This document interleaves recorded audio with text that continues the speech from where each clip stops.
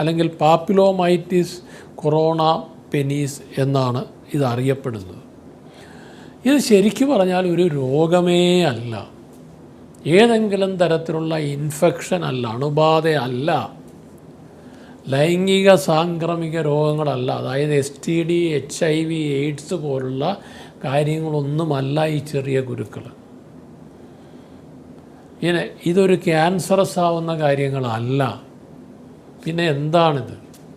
അത് പല വ്യക്തികളുടെയും ശരീരത്തിൽ ചൂടുകുരു പോലെ ചെറിയ കുരുക്കൾ ആ സ്കിന്നിനടിയിൽ ആ കൊറോണയിൽ ഉണ്ടായി വരാറുണ്ട്. അതിന് ശരിക്കും പറഞ്ഞാൽ യാതൊരു ചികിത്സയും ആവശ്യമില്ല. അത് ചികിത്സ തേടി പോകേണ്ട കാര്യമല്ല.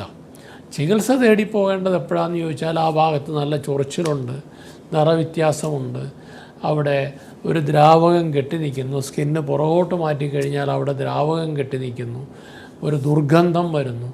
ഇങ്ങനെയുള്ള ഏതെങ്കിലും കണ്ടീഷൻ ഉണ്ടെങ്കിൽ ആ വ്യക്തിക്കൊരു ഫംഗസ് ബാധയോ അല്ലെങ്കിൽ ബാക്ടീരിയൽ ഇൻഫെക്ഷനോ എന്തെങ്കിലും തരത്തിലുള്ളൊരു ഇൻഫെക്ഷൻ ഉണ്ടായിരിക്കാൻ സാധ്യതയുണ്ട്.